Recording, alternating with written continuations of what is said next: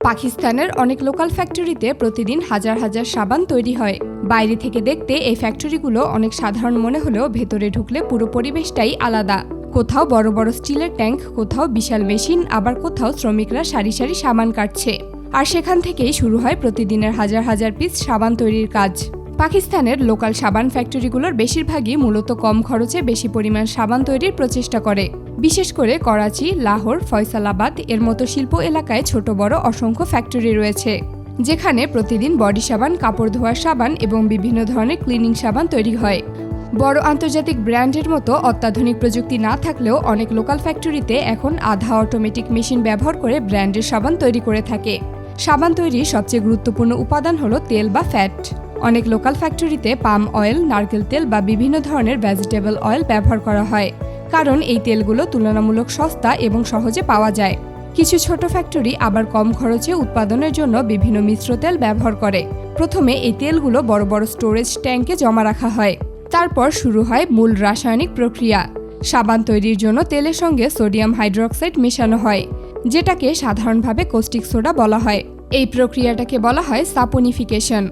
সহজ ভাষায় বললে তেল আর কস্টিক সোডা একসাথে বিক্রিয়া করে সাবানে পরিণত হয়। প্রথমে বিশাল স্টিলের কেটলি বা মিক্সিং ট্যাঙ্কে তেল গরম করা হয়। এই ট্যাঙ্কগুলো এত বড় হয় যে একবারে কয়েক হাজার কেজি উপাদান মেশানো যায়। এরপর নির্দিষ্ট পরিমাণ কস্টিক সোডা ধীরে ধীরে যোগ করা হয়।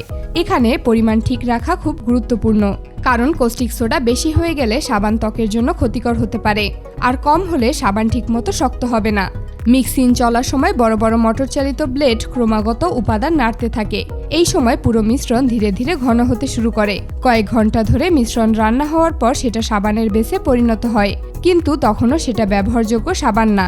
এরপর এর মধ্যে বিভিন্ন ধরনের সুগন্ধি, রং এবং অতিরিক্ত উপাদান মেশানো হয়।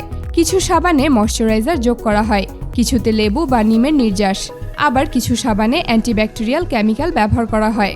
লোকাল ফ্যাক্টরিগুলোতে সাধারণত সুগন্ধির উপর অনেক গুরুত্ব দেওয়া হয়, কারণ বাজারে সাবানের গন্ধই অনেক সময় ক্রেতাকে বেশি আকৃষ্ট করে। তাই গোলাপ, লেবু, চন্দন, জেসমিন বা বিভিন্ন ফলের ফ্লেভারের সুগন্ধি ব্যবহার করা হয়।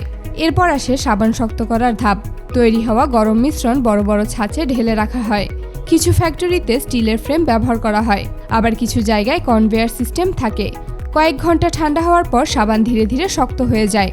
তারপর বিশাল সাবানের ব্লক মেশিন দিয়ে কাটা হয়। এই অংশটা দেখতে অনেকটা ইট কাটার মতো লাগে। বড় ব্লক থেকে ছোট ছোট সমান আকারের সাবান তৈরি করা হয়। এরপর প্রতিটি সাবানের গায়ে ব্র্যান্ডের নাম চাপা দিয়ে বসানো হয়। তারপর গরম প্রেস মেশিন ব্যবহার করে সাবানের উপর ডিজাইনও করা হয়। এরপর সাবান শুকানোর জন্য রাখা হয়, কারণ একদম নতুন সাবানে কিছুটা আর্দ্রতা থাকে। শুকানোর পর সাবান আরও শক্ত হয় এবং দীর্ঘদিন রেখে দেওয়া হয়। কিছু ফ্যাক্টরি এই কাজ দ্রুত করার জন্য বিশেষ ড্রাইং চেম্বার ব্যবহার করে। সবশেষে শুরু হয় প্যাকেজিং। শ্রমিকরা দ্রুত হাতে বা মেশিনের সাহায্যে সাবান মোড়কজাত করে। ছোট লোকাল ফ্যাক্টরিতে এখনও অনেক কাজ হাতেই করা হয়। কেউ সাবান কাগজে মোড়ায়, কেউ বক্সে ভরে, আবার কেউ কার্টুনে সাজায়। এরপর সেই কার্টুন ট্রাকে তুলে বাজারে পাঠানো হয়। বর্তমানে পাকিস্তানের সাবান শিল্প অনেক বড় হয়ে উঠেছে।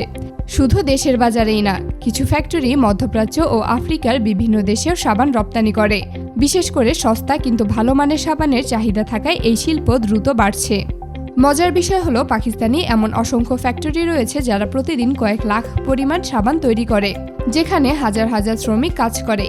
এই কারখানা দেখে আপনার পছন্দ না হলেও এই কারখানায় তৈরি সাবান বিশ্বের অনেক দেশে রপ্তানি হয়।